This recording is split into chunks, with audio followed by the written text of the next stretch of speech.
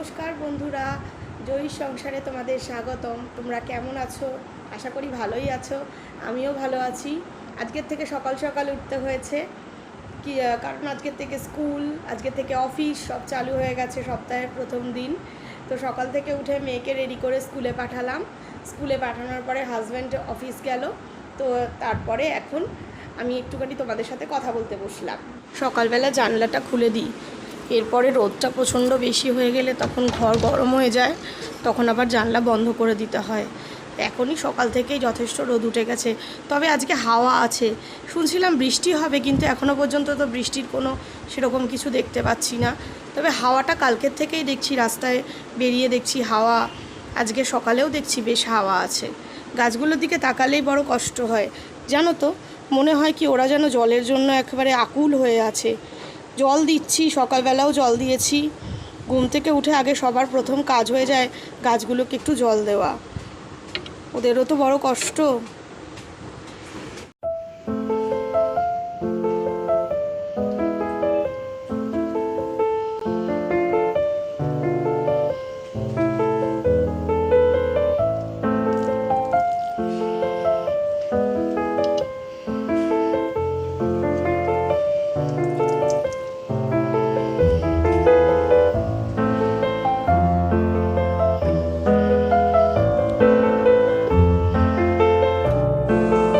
School থেকে আসার আগে চেষ্টা করি কাজগুলোকে সেরে নেওয়া, জানো তো।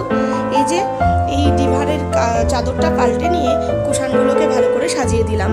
যেহেতু এখানে সবাই বসে টিভি দেখি, চা খাই, তাই একটু এলোমেলো হয়ে যায়। প্রত্যেক দিনকার মতন করে প্রতিদিন না গোছালে হয় না, তাই ডিভানটা ঠিক করে নিলাম। এখন সোফাটাও গুছিয়ে নিচ্ছি। গুছিয়ে এগুলো তো রেগুলারের কাজ, রেগুলার করতেই হয়, কারণ প্রত্যেক দিনই এগুলো একটু এলোমেলো হয়ে যায়।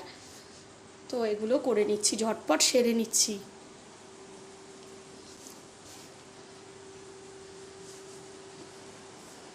হয়ে গেল সোফাটা ড্রয়িং রুমের কাজটা হয়ে গেল।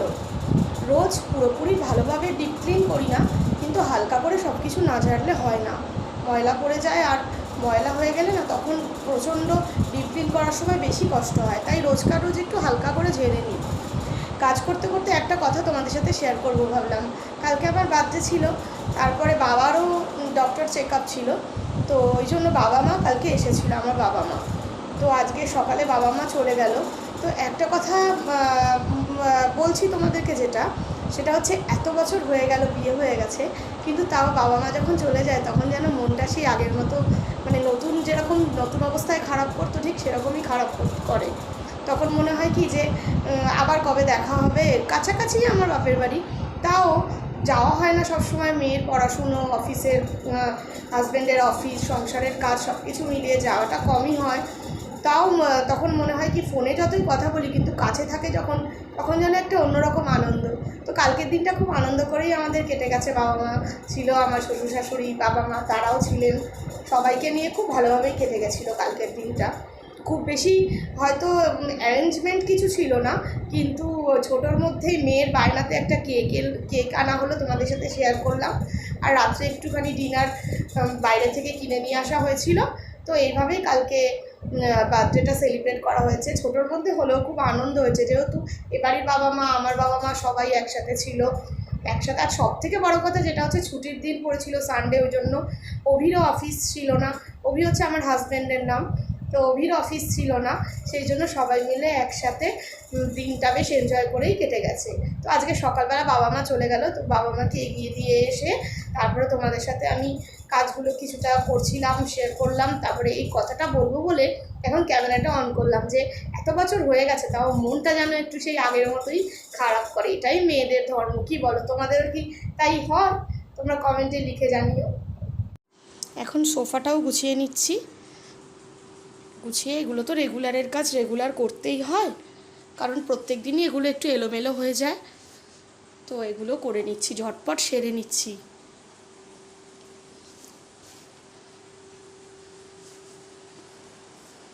হয়ে গেল সোফাটা ড্রয়িং রুমের কাজটা হয়ে গেল। রোজ পুরোপুরি ভালোভাবে ডিপ ক্লিন করি না, কিন্তু হালকা করে সব কিছু না ঝাড়লে হয় না, ময়লা পড়ে যায়। আর ময়লা হয়ে গেলে না তখন প্রচণ্ড ডিপ ক্লিন করার সময় বেশি কষ্ট হয়, তাই রোজকার রোজ একটু হালকা করে ঝেড়ে নিই। কাজ করতে করতে একটা কথা তোমাদের সাথে শেয়ার করবো ভাবলাম। কালকে আমার বার্থডে ছিল, তারপরে বাবারও ডক্টর চেক আপ ছিল, তো ওই জন্য বাবা মা কালকে এসেছিলো, আমার বাবা মা। তো আজকে সকালে বাবা মা চলে গেল। তো একটা কথা বলছি তোমাদেরকে, সেটা হচ্ছে এত বছর হয়ে গেল, বিয়ে হয়ে গেছে, কিন্তু তাও বাবা মা যখন চলে যায় তখন যেন মনটা সেই আগের মতো, মানে নতুন যেরকম নতুন অবস্থায় খারাপ করতো ঠিক সেরকমই খারাপ করে। তখন মনে হয় কি যে আবার কবে দেখা হবে। কাছাকাছি আমার বাপের বাড়ি, তাও যাওয়া হয় না সব সময়। মেয়ের পড়াশুনো, অফিসের, হাজব্যান্ডের অফিস, সংসারের কাজ সব কিছু মিলিয়ে যাওয়াটা কমই হয়। তাও তখন মনে হয় কি ফোনে যতই কথা বলি কিন্তু কাছে থাকে যখন, তখন যেন একটা অন্যরকম আনন্দ। তো কালকের দিনটা খুব আনন্দ করেই আমাদের কেটে গেছে। বাবা মা ছিল, আমার শ্বশুর শাশুড়ি, বাবা মা তারাও ছিলেন, সবাইকে নিয়ে খুব ভালোভাবেই কেটে গেছিলো কালকের দিনটা। খুব বেশি হয়তো অ্যারেঞ্জমেন্ট কিছু ছিল না, কিন্তু ছোটোর মধ্যেই মেয়ের বায়নাতে একটা কেক আনা হলো, তোমাদের সাথে শেয়ার করলাম। আর রাত্রে একটুখানি ডিনার বাইরে থেকে কিনে নিয়ে আসা হয়েছিল। তো এইভাবেই কালকে বার্থডেটা সেলিব্রেট করা হয়েছে। ছোটোর মধ্যে হলেও খুব আনন্দ হয়েছে, যেহেতু এবাড়ির বাবা মা, আমার বাবা মা সবাই একসাথে ছিল, একসাথে। আর সব থেকে বড়ো কথা যেটা হচ্ছে ছুটির দিন পড়েছিল সানডে, ওই জন্য অভিরও অফিস ছিল না। অভি হচ্ছে আমার হাজব্যান্ডের নাম। তো অভির অফিস ছিল না, সেই জন্য সবাই মিলে একসাথে দিনটা বেশ এনজয় করেই কেটে গেছে। তো আজকে সকালবেলা বাবা মা চলে গেল, তো বাবা মাকে এগিয়ে দিয়ে এসে তারপরে তোমাদের সাথে আমি কাজগুলো কিছুটা করছিলাম, শেয়ার করলাম। তারপরে এই কথাটা বলবো বলে এখন ক্যামেরাটা অন করলাম যে এত বছর হয়ে গেছে তাও মনটা যেন একটু সেই আগের মতোই খারাপ করে। এটাই মেয়েদের ধর্ম, কি বলো? তোমাদের কি তাই হয়? তোমরা কমেন্টে লিখে জানিও।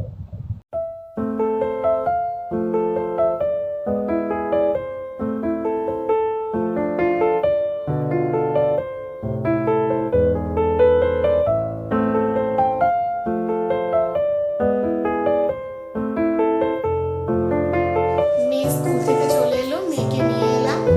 এবার ওকে এখন একটু ফ্রেশ করবো, একটু ফ্রেশ হবে। এদিকে আবার মেশিনটাও চালিয়ে দিয়েছি, দেখি মেশিনটা আর কতটা বাকি আছে। কাজের মাঝে আগে মেশিনটা চালিয়ে দিই, কারণ এটা হতে তো সময় লাগবে। এখনও 46 মিনিটস বাকি আছে, তার মধ্যে মেয়েকে ফ্রেশ করিয়ে নিয়ে তারপরে এসে এগুলোকে তুলবো, জামা কাপড়গুলো। মেয়ে স্কুল থেকে এলো এত রোদে, ওকে একটু জুস দিচ্ছি। স্কুলেও একটু গ্লুকন্ডি দিয়ে দিয়েছিলাম, সেটা খেয়ে নিয়েছে। এখন একটু জুস দিচ্ছি, এটা খাবে। সকালে একবার ফ্রেশ হয়ে গিয়েছিল, এখন আবার একবার স্নান না করলে হয় না। এত গরমের মধ্যে আসে যখন চোখ মুখটা একদম কীরম হয়, বলছে মাম্মা আমার না খুব মাথাটা যন্ত্রণা করছে। আমি যে কী আর করা যাবে বাবা, স্কুলে তো যেতেই হবে, কিছু তো করার নেই। তোকে জুসটা দিয়ে নিই। মেয়েকে আনতে গিয়ে সত্যি কথাই ভীষণ, মানে রোদ্রে দাঁড়াতে পারা যাচ্ছে না, মাথাটাই যেন বনবন করে ঘুরছে। তা ওই জন্য কী করব, বা ঘরে এসে ভাবলাম কি না একটু গ্লুকন্ডি বানিয়ে নিই, আমি একটু খাই, মাকে একটু দিই।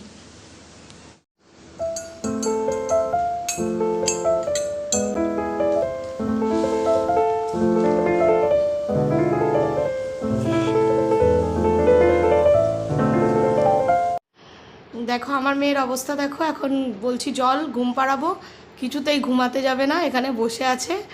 আর এতক্ষণ ধরে এখানে বসেই লাঞ্চ করলো। আমরা সবাই যদিও বসার ঘরে বসেই লাঞ্চ করি, কারণ হচ্ছে এত গরমে ডাইনিং রুমে বসে খাওয়া যায় না, এখানে এসি চালিয়ে নিয়ে আমরা সবাই মিলে এখানেই লাঞ্চ করলাম বসে বসে। তো তোমাদের সাথে আজকে রান্নাটা শেয়ার করিনি, কারণ হচ্ছে আজকে রান্নাটা খুব সিম্পল ছিল। কালকে যেহেতু একটু খাওয়া দাওয়া হয়েছে, তো সেই জন্য সবাই বলল যে আজকে খুব লাইট খাবার খাবে। তো ডাল, ভাজা, টক দই, তো এগুলো আর কি রান্না শেয়ার করব, তাই আজকে আর করে নিই। তো এখন লাঞ্চ করে উঠলাম, দেখি ওকে এখন একটুখানি যদি ঘুম পাড়ানো যায়, সকালে উঠেছে, মর্নিং স্কুল তো। তো এখন এই অবধিই থাক, পরে আবার তোমাদের সাথে দেখা করব। দুপুরের পরে তোমাদের সাথে আর দেখা হয়নি, এখন আবার এলাম তোমাদের সাথে দেখা করতে আর একটা সুখবর দিতে। এটা হচ্ছে এখন বৃষ্টি হচ্ছে আমাদের এখানে, বৃষ্টি হচ্ছে আর মেঘ ডাকছে, জানি না কতক্ষণ হবে। তো আমি তো বৃষ্টি দেখেই আগে আমাদের বাড়িতে ফোন করলাম আমার বাবা মাকে যে তোমাদের ওখানে বৃষ্টি হচ্ছে। তো বাবা মা বললো যে আমাদের এখানে এখন মেঘ ডাকছে কিন্তু এখনো পর্যন্ত বৃষ্টি পড়েনি। বললাম যে আমাদের এখানে বৃষ্টিও পড়ছে। তো তাই শুনে মা বলছে যে এত আনন্দ করিস না, আগে হতে দে, আগে হতে দে, হ্যাঁ লজ্জায় আবার চলে যাবে। তো এখন এই তোমাদের সাথে একটু কথা বললাম, এবার চা করব, মেয়েকে টিফিন দেবো সন্ধ্যাবেলা, তারপরে তো আবার ওকে নিয়ে একটু পড়াতে বসাবো। দেখো বন্ধুরা, বৃষ্টি হচ্ছে, এই যে বেশ জোরে জোরেই হচ্ছে। প্রথমে 1 ফোঁটা 2 ফোঁটা হচ্ছিল, তো এখন বেশ জোরে জোরে হচ্ছে। সবাই আবার ছাতা খুলে নিয়েছে, ছাতা দেখে না বৃষ্টি আবার চলে যায়। বেশ ভালোই বৃষ্টি হচ্ছে, হোক এখন বেশ কয়েক ঘন্টা হলে তাহলে গরমটা একটু কমবে। অন্তত টানা 1 ঘন্টা বৃষ্টি হলে যে এরকম গরম আছে তাতে কিছুটা হলেও কমবে। আওয়াজ হচ্ছে, মানে বেশ জোরে জোরেই পড়ছে। মাম্মাম বসে গেছো? এ নাও তোমার খাবারটা, নাও নাও, খেয়ে নিয়ে তারপর এবার পড়তে বসো, আর ডিস্টার্ব করবো না, ঠিক আছে? যেগুলো হোমওয়ার্ক আছে ওগুলো করে নাও। কতটা আছে? অনেক আছে? ঠিক আছে, ওগুলো করে নাও, তারপরে আবার বাকি পড়াগুলো পরে করানো হবে। এখন চাটা বসিয়েছি, চাটা করে নিচ্ছি, তারপর একটু সন্ধ্যাবেলা চা খাবো। সন্ধ্যাবেলা চা খাওয়াটা একটা এখন পুরো নেশার মতন হয়ে গেছে, রোজ খেয়ে খেয়ে, না খেলে হয় না। তো এখন চা খাবো, এই যে চা দিচ্ছি।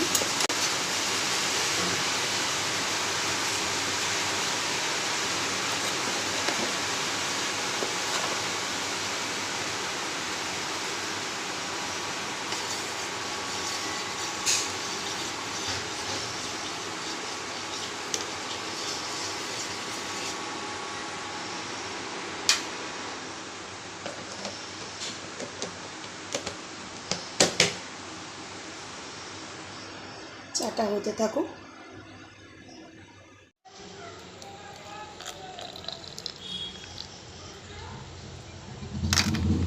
বেশ মুষলধারে বৃষ্টি হচ্ছে, তাই বৃষ্টিটাকে একটু এনজয় করছি বসে বসে।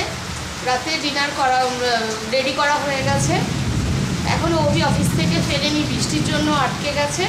মেয়ে ওদিকে পড়াশুনো করছে, আমি একটুখানি বসে বসে বৃষ্টিটা এনজয় করছি। বেশ ঠান্ডা ঠান্ডা হাওয়া দিচ্ছে, মাঝখানে একটুখানি মেঘ ডাকছিল বেশি, তাই জন্য লাইটটা সব অফ করে দিয়ে একটু বারান্দায় বসেছিলাম। এখনও বসে আছি, বেশ ভালো লাগছে বৃষ্টিটা।